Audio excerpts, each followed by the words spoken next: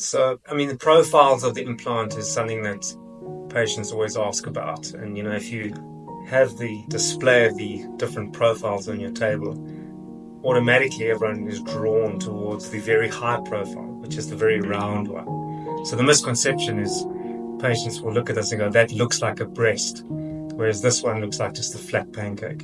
In fact, it's the approach to this procedure is not dependent on what it looks like on the table. It's dependent on what implant is going to match your anatomy, which is very specific to you. So, for instance, if you've got someone with a very, very narrow sort of chest, and the measurement of their breast is quite narrow, just by virtue of that, the high profile implant will be better because it's a narrower implant.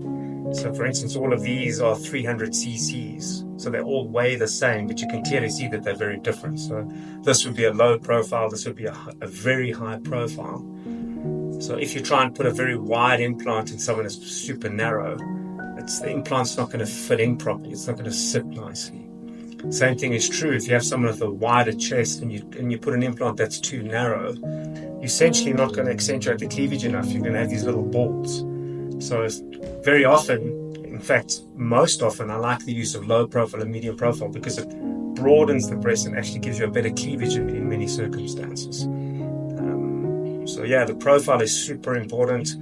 My approach to breast augmentation has been very specific with my measurements. So it's very, very much a scientific approach, ensuring the geometry measurements are all correct and really getting the profile of the implant correct to give you the best results for the patients.